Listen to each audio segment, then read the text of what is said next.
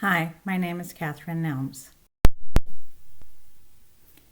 For the leading video, I chose the option of developing guiding questions with my mentor and leading a focus group comprised of a broad spectrum of teachers. So in order to get the teachers, I sent out an email asking all the lead teachers if they would be willing to come early one day before school for us to talk, have a conversation about professional development on our campus and in our district. With my mentor, previous to this meeting, we came up with several different questions. We came up with questions like, what type of professional development would you like to see given? Is it better to have them here on the campus, at the campus level, or at a district facility? What data are they using to support their reasons for the professional development? Are they using data to support their reasons for the professional development? Is there any professional development that they think is different or separate for the teacher in the classroom? Things like maybe behavioral management. Wasn't sure if teachers felt like they needed some of that, so I certainly wanted to ask that question.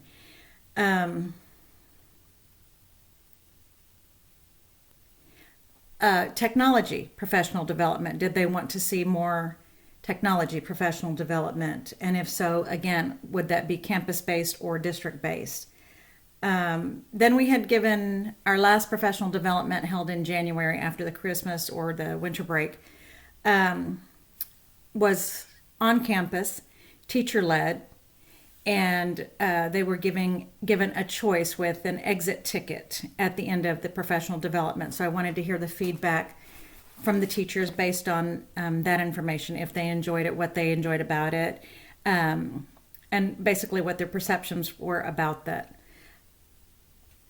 I also asked, well, actually, I just told you all the questions that I also asked that I have here on my piece of paper.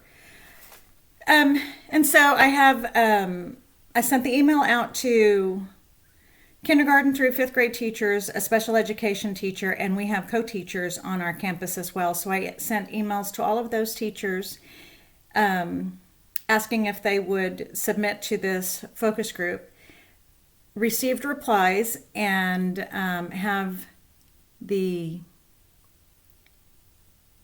professional development collaboration focus-led discussion scheduled for tomorrow morning. I'm interested to see, because of course I have my own opinions as to what type of professional developments I prefer. But I also looked at and discussed with my mentor what types of professional development as a leader of the campus, because of course making the transition from the classroom to an administrator means that I have to be able to not just look at data and information solely at the classroom level, but I have to look at it campus-wide. What are the trends on campus? What are they telling us that we need? What are there specific items? Are there specific classrooms? Are there specific teachers? And so with my mentor, we previewed the data and came up with some professional developments that we saw based on the data that we needed. Our TASE scores were not well last year for writing, so we discussed the fact that we may need to conduct some professional development for our fourth grade writing teachers. But with that, I also spoke with my mentor in reference to the fact that we seem to always, as the coach, only look at the varsity team, which would be the fourth grade teachers, because that is the year that the Writing Star is given. But we also should look at third grade and second grade for administering professional development to those teachers to help them become better teachers at instructing writing, so that when the students get to fourth grade, the fourth grade teacher is not then faced with the task of not just getting the fourth grade student being able to write a complete sentence using correct grammar and punctuation, but to make the transition between writing simple sentences to being able to write compound sentences and to be able to focus their thoughts and move through an expository text or a narrative text, whichever they're being asked to write. And my understanding is that at this time that fourth grade students are being asked to write expository narratives. And so all of that is very different. So it is imperative that our foundational grade levels do a better job of getting our students to write better sentences and to at least be able to write paragraphs based on a certain topic. And so in that respect, then we discussed breaking down the professional development, what it should look like for fourth grade, what it should look like for third grade, and what it should look like for second grade. And also discuss the possibility of continuing the writing professional development for the language arts teachers, because on my campus, teachers are departmentalized second through fifth grade. So that they feel that they have adequate support, and this way the task of taking everything back from a professional development is not laid on the teacher at one time. It is a gradual release, just like we do with our students in our classrooms, to the teachers as well, so that they are supplying a better foundation in writing. I'm looking forward to the focus group in the morning to hear what they have to say, and then being able to wrap up and make recommendations to leadership. They have never seen them. Okay. Good morning. You're fine. Thank you guys for meeting with me today. I wanted to talk a little bit about professional development. And I want it to be very organic. So I have some questions, but if your answers take us someplace else, then we'll go with that. The first question I want to ask is, what type of professional development would you like to see given? Well, this school year, we're here at the school, we're implementing the Nurture Heart. Right. And I feel that I need more help with that, because I'm not able to implement it as it's supposed to be. We were given one Saturday, Right. and then another 2 hours. But I would like for the professional to come into the classroom so I can see it, how it's done properly. So it may not be that you weren't given as much training as you like, but you really are not sure what the model looks like in the classroom. Correct. Especially since you're a co-teacher, and so you come in and you go out. Mhm. So how do you? Okay, that's good. All right. Some more coaching on it. To actually see the model. So Yes. you'd like somebody to come into a classroom and coach you Yes, on how to use it. definitely. Okay, so more coaching on Nurtured Heart. Anything else? Any other professional developments? Well, I'd like to go back to the Nurtured Heart.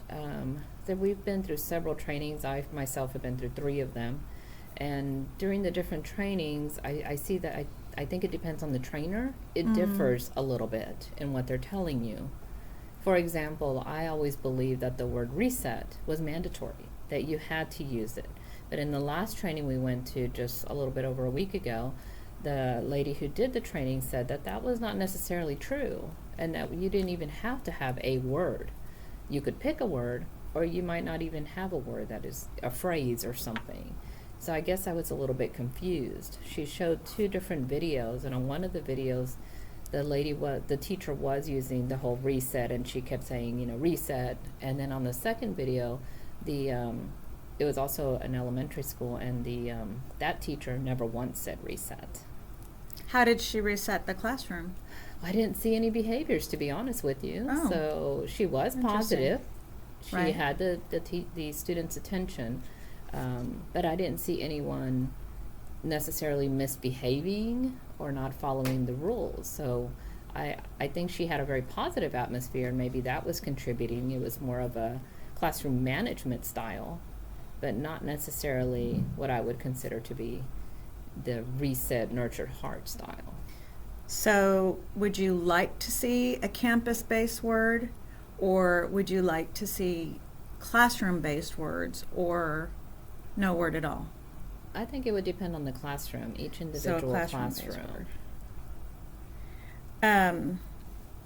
Do you think that the reason that we use the word reset is because administration here wanted a campus-based word so that when the students went from grade level to grade level, the word would be the same? Or It makes sense that they would have one word that's unified throughout the campus so that every student knows what you're speaking about. But I still am a little bit, I guess, confused as to, I didn't realize there were different versions Oh. of how you could reset a student. okay, so now we have two of you saying that more training, actually all three of you saying more training coaching on nurtured heart because you're finding that the models differ. And so we want a clarification. Okay. Clarification on models, or maybe what we need is a clarification in the fact that, as we all know in teaching, not one thing works. You have to try it this way, then you try it this way, then you try it this way, and then you figure out what works best for you in that class that year. The next year it may not work for that class, so so that's a good question to ask. Okay, are there any other types of professional developments? Because I know, here in our district we offer quite a bit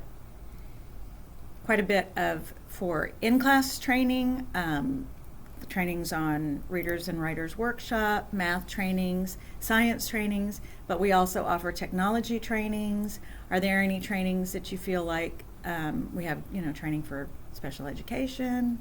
I mean, I feel like we have lots of different trainings, but sometimes I don't feel like they're specific enough. So I was wondering how you guys felt about that. I think focused right now on the dynamics of the school right now, my thought process is of classroom management is what I'm seeing that Okay. some of us need to focus on is classroom management and positive behavior supports. Okay, so let me ask you this. Based on classroom management, do you feel like we need training before the school year starts and then maybe supplemental training to help us throughout the year? Because as the year progresses, we get tired, students get tired, testing season's upon us, we're stressed and all those things. So would you like to see the bulk of the training before the school year? Definitely. Okay. So.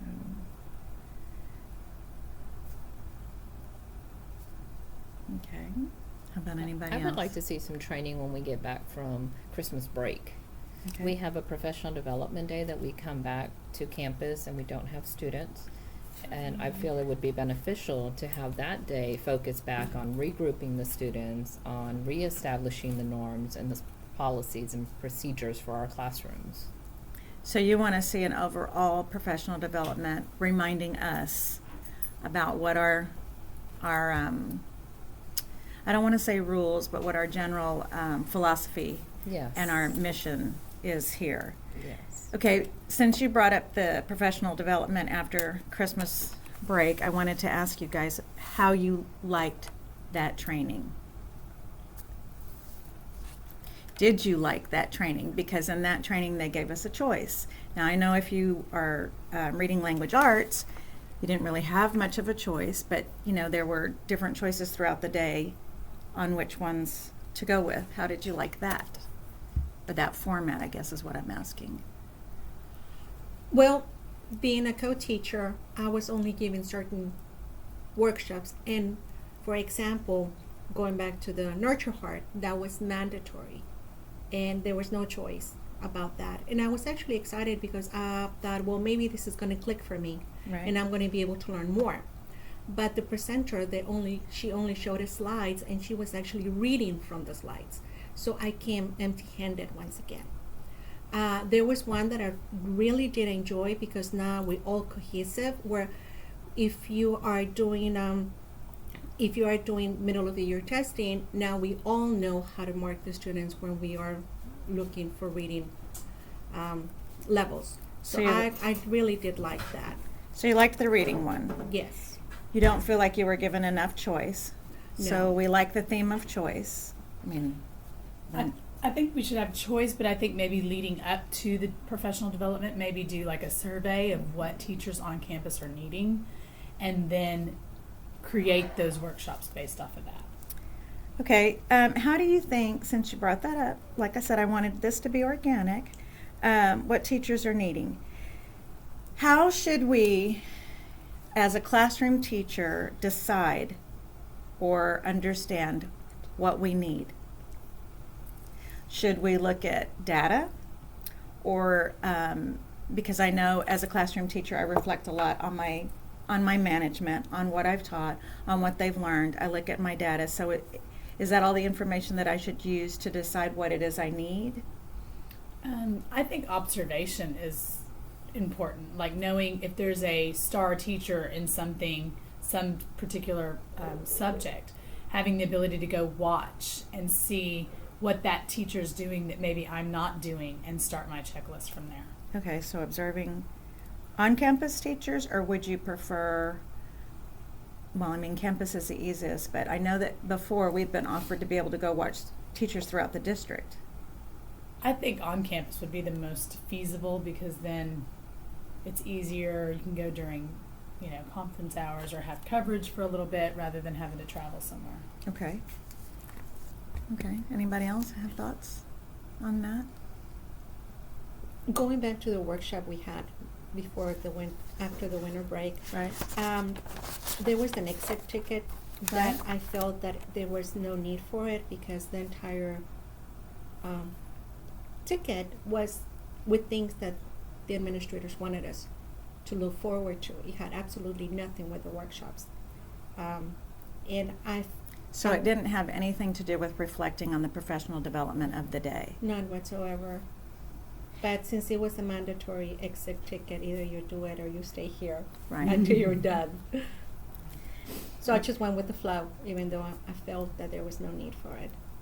Okay. And then Good. just to add to the exit ticket, it did become an issue because of the time constraints that we had and the amount of the professional developments that we had to go to, trying to get 20 people to get that ticket signed so you could go to the next class. You had to get 20 people Well, no, to you sign- had the presenter had to sign off Oh, on yes. everybody. Yes. And so if the presenter waited till the last second when we Right. were walking out the door, then there was a jam to try to get that. And that was on top of the exit ticket, right? Mhm, that was on Yeah. top of the exit. Okay, and so the presenter had to sign, Or stamp or what was the something. reason? Just give proof that we Proof were that we actually were- So in that proof workshop. that you were there. Okay. Mhm. And that took away from the actual professional development. Well, you can imagine everyone making an exit trying to get to the next Right. one, and then everyone trying to Showing up sign. late to the next one. Yeah.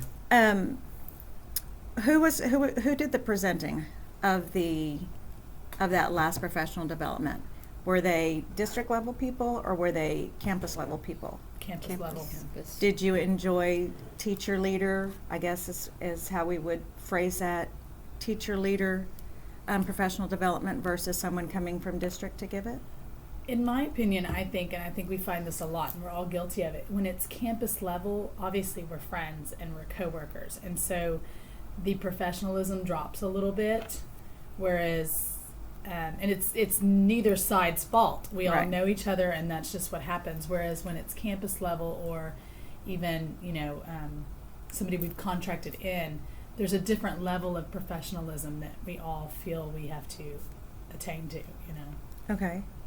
So you prefer district level or? It's not that I prefer one or the other. I outside think it's presenter. it's just I think that's what we all see, that it just gets more lax, and so sometimes you don't get as much information as you maybe could have if there wasn't that personal connection, and asking about how your weekend was, or little Right. sidebar conversations. Okay. So it wasn't necessarily the fact that the teacher leader was not,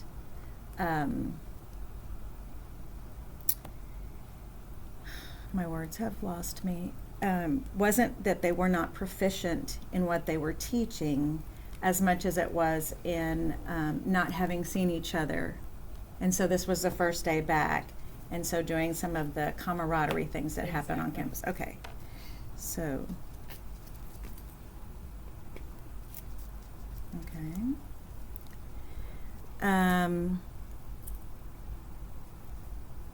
So let me go back to the data because I'm not sure we answered that. Is there data you're using to support your reason for wanting a particular professional development? Or should there be data? Should you be using data to help guide what you think you need professional development in? Well, I'm not sure if I'm speaking just for myself, for all of us, but I don't think we have ever had, at least this year, I have not seen a workshop that is driven because of the data that we have done from a district benchmark or in-school benchmark. I mean, I haven't seen that. We're so close to start testing. And then, during our POCs, we do look at data, and then we make our tutoring groups or win time groups. But then it changes, and it changes. So I'm not sure if administrator is actually looking into data and passing that information to us so we can actually have professional development driven from that. Okay, so let me ask you this. You've looked at data that we have here. I'm sure we've all looked at data. We have lots of data to look at. So based on the most recent data that you've looked at, if I were to ask you to Pick a PD. Or thank you, develop yes. a PD. Yes, develop a professional development or suggest a professional development, which one would it be? Or in what? What would the content area be? I think writing, Okay. 4th grade. Okay, let me ask you this, because we have concentrated over the last several years, in my experience, that we look at 4th grade because they're either not coming ready, they don't know the mechanics of a sentence and things like that. So when we say writing, should we really just focus in on 4th grade, or should we encompass K through 3 because they're the foundation for our 4th grade writing to help? That would be an awesome dream. Yeah, But that's so what I was saying. right now it's just a dream because right now we're just focusing on 4th grade. Right. So if we had the professional development right now, okay, so let me go back then. If we were thinking about the beginning of the year, you think a professional development, and do you think a professional development in writing K through 4? And of course, then I guess it would have to be grade level specific, would help. That way everybody's on board. We know what our focus is. Besides the fact that the curriculum gives you a focus, we feel, or I'm trying not to speak for everyone here, and so you guys. Well, I think like coming from 1st grade, I think we do so many professional developments in the summer, especially if you're a bilingual teacher. And then the ones that are mandatory by the district, like standards, which I got nothing Nothing. from. So I think it would be better if we're going to put in 24 hours. Why not make that about how to teach reading for K1 and 2? Like really spend an entire day on modeled lessons and how to look at the curriculum, and then getting up to 2nd, 3rd, and 4th, focusing in on writing and let go of these other things that are more clerical. They're not, I don't think that those workshops are doing anything for the classroom teacher.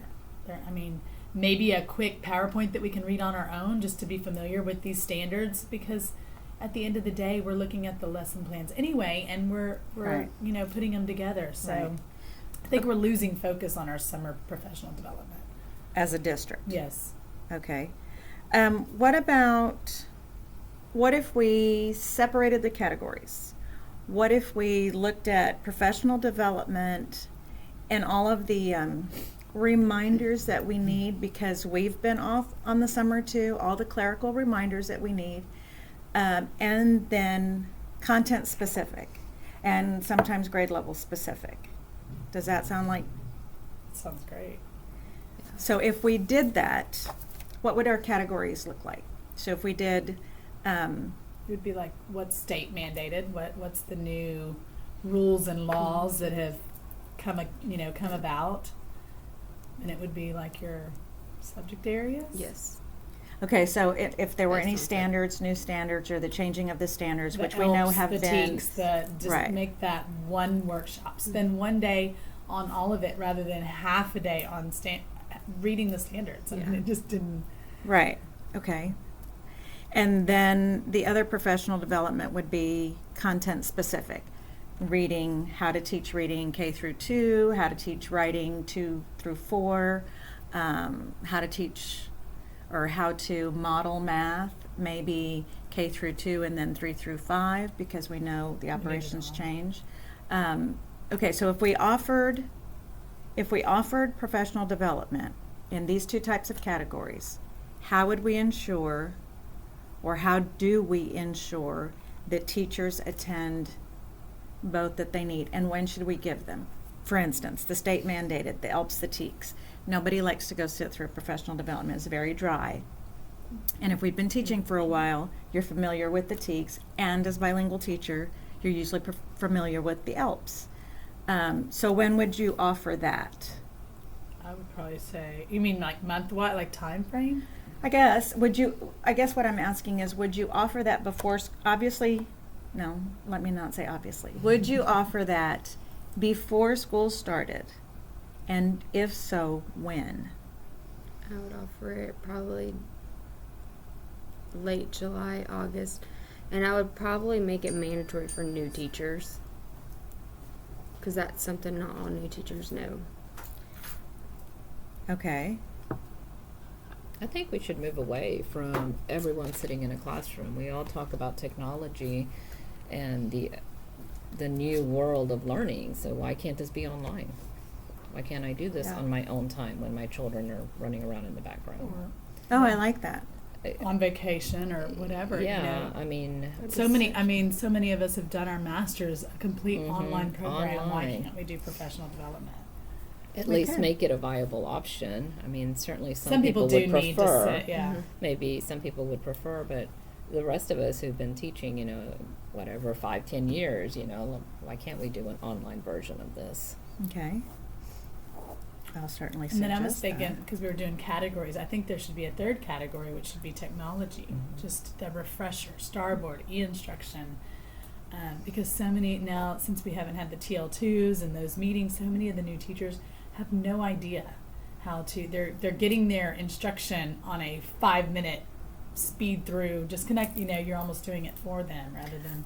Okay, since you brought up new teachers, and I'm sorry to interrupt you, one of the things I've always thought is, okay, as a new teacher, whether you're new with no experience or new with experience in this district, we, as a district, mandate that our new teachers attend professional development before school. And I've always thought, past a certain day, if you have 5 days of professional development in a row on technology that you're going to use in the classroom before school starts, my feeling is, and you guys tell me whether I'm right or whether I'm wrong, is that I don't remember any of that when I get back into the classroom because I'm overwhelmed. I'm in a new district or I'm brand new teaching. I have all this technology. I received 1 day or maybe 2 days of technology training on all of the technologies we use. We use online grading. We use online testing. We use online looking at the data. We use online attendance. I mean, there are a lot of technologies we use in a classroom just to maintain our classroom. And you're right, all of that needs to be given, but I have a feeling that it's over. It's very overwhelming. As a new teacher to this district, I personally, since I'm a co-teacher, I didn't have to go to all those trainings. But even some of the new teachers, they just had to pick which ones they wanted to go to. So, I mean, there could have been some they didn't go to, and I mean, So they were given choices. Okay. And Which that's we hard all because like. as a new teacher, how do you know what you need? Yeah, and I was asking, what is this? What is this? And they're like, oh, you don't need any of that. You know, you're a co-teacher. And I was like, okay, well. And technically, yes, I probably needed some of that. Okay, that's good to know. I agree with you. I think that we should offer probably 3 different technology. Or How do maybe you- even something on campus where, like, one, you know how we have our days here on campus, pair up. If you have a mentee, spend the entire morning setting up your give us time to do that, not where we're running around, because then we can give authentic help to that teacher. Right. We have the time frame built in that I can set up your technology, I can set up your e-instruction class, I can show you how to create a quick test, you know, because if not, we have our things we got to get done. Right. They need their things done. So if you just gave us a day where all the maybe seasoned teachers can help the new teachers, I think the year would just start out so much more smooth. Okay, all right, good. Thank you. Okay, so I just want to sum it up then. 3 different categories of professional development. Some maybe online, moving some of these ELPs and TEKS possibly professional developments to online if you so are inclined to take classes that way. Then content specific and grade level specific professional development, again before school. Okay, and then technology, again before school. Okay. So Yes. now we have 3 different categories, all before school, to refresh those of us that have been teaching for a while, to help the new teachers coming in.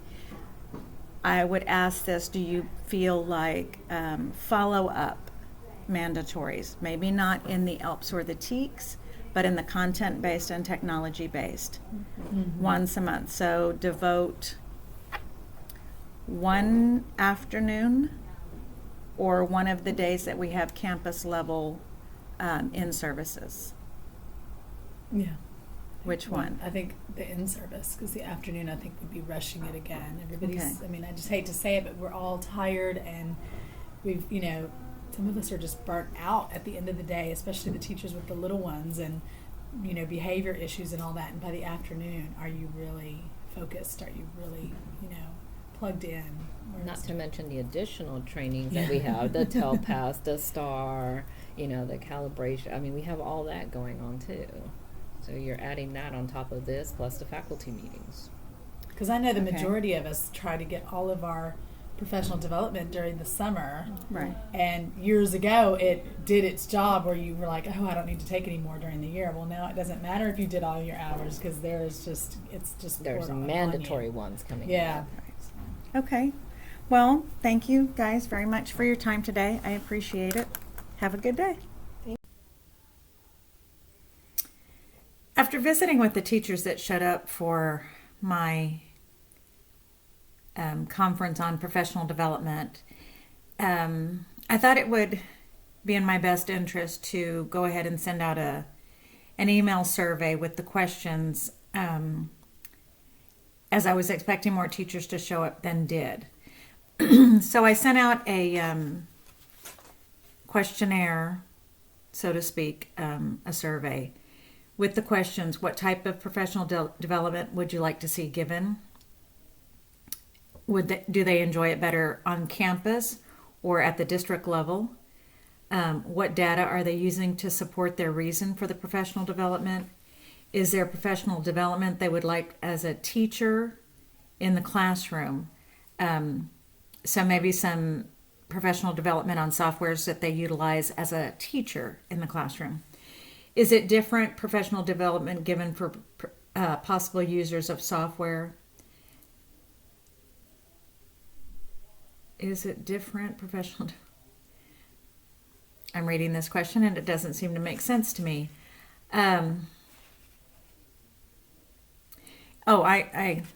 Sorry. Is it different for them when the professional development is given for different possible uses of software? And again, did they prefer that type of professional development at the campus level or the district level? And then I did survey them on the last professional development given, since it was a choice based, although there were parameters set. If you were an English language arts teacher, you did not have choice. You were mandated to attend specific sessions, and therefore there was no choice given. So I'd kind of like to see that opened up. And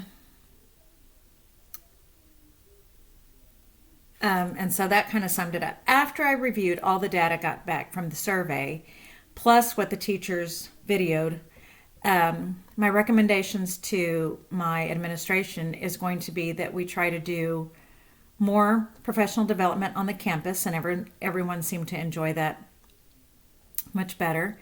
They seem to enjoy receiving professional development from teacher leaders on the campus. People that had been chosen were trusted to that they knew what they were doing. I had several comments from teachers stating that they didn't always feel like the professional developments at district level, that everybody presented information in a way in which they actually knew what they were doing. I'm sure that's not the case, but that was their feeling. And so if we want teachers to attend professional development, then we need to take into consideration their perceptions on things. I'm also going to recommend that some of the professional development that we do the week before school, that we might think about, and I'm not sure that this can be done, that we might think about having teachers start 2 weeks in advance of school. The very first week they're back, they would sit through all those professional developments, and then the following week, then they would get to work in their classrooms, since that's what teachers want to do. But I'm also going to suggest to my administrators, and I think this one will be more likely to happen, that we try to do some professional development on video using the technology. I am at a campus that is technology forward. All of our high schools are one-to-one. It won't be very long before all of our elementary schools are one-to-one. I believe my elementary school next year will be one-to-one. And I am at a Title I school, so that is saying something about the district and how they view technology. So we should utilize it. There are those of us that would sit down, watch professional development, and do a survey, open-ended questions, as well as rating systems 1 through 5. So I feel like that is a really good option.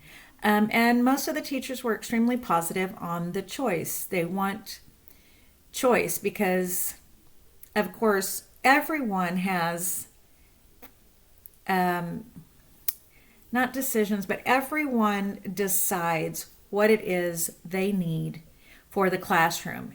And then when they're mandated to attend other professional developments, they feel slighted, so to speak, because they didn't get to work on what they thought they needed to work on. So if we could categorize our professional developments, one district mandated professional developments, TEKS oriented, special education needs, all of the professional developments that we, whether we'd like to admit or not, need reminding every year. And then have professional development, technology-based, on the grading software, on the testing software, we use Eduphoria and we use ExamView, and both of those are wonderful softwares that are underutilized on our campus.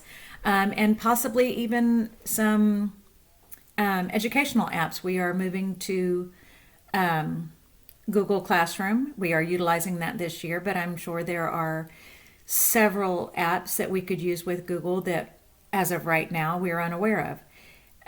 So have professional development for that.